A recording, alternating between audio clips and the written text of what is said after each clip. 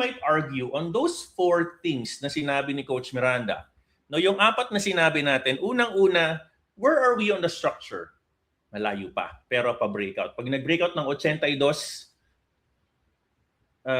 kalahati, pwede pa tayong umakyat. Then there could be sustained bullishness. Pangalawa, who's buying the move? It's a mixed bag. You have people liquidated on shorts, 4 billion.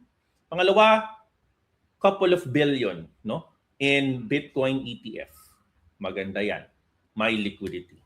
Pangatlo, Bitcoin dominance is still pumping. That means this is not a bull run across all of crypto. This is now becoming a Bitcoin bull plus tokenized equities. That's my point on this live.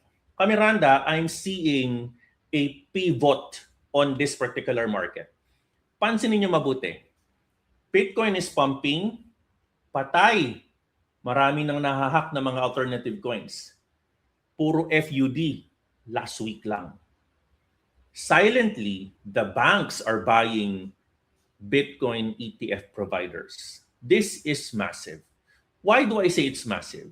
Because if the banks are investing to the tune of billions of dollars to buy companies who are buying ETF, halos kaparehas at parehas ng time frame nung nahack ang lahat ng mga air gap type na cold card, nahack ang multiple wallets. You need to go back to the time kung ano ang history ni BlackRock. Assignment nyo yan. Ano ang history ni BlackRock? Bakit napakalaking company nito? Meron ba silang quote-unquote Einstein that can find flaw in a particular algorithm para patayin yung algorithm na buhayin ng kanilang paninda? I-research na yan. For a different topic tayo. That begs the question. Are we going in a bull run where it's now tokenized equities? It's now what BlackRock has said 2024 that they're going to tokenize everything on Earth? Are we now going on that bull direction?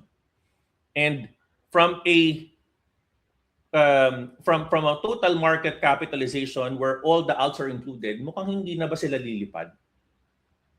Time to evaluate your positions in your bag.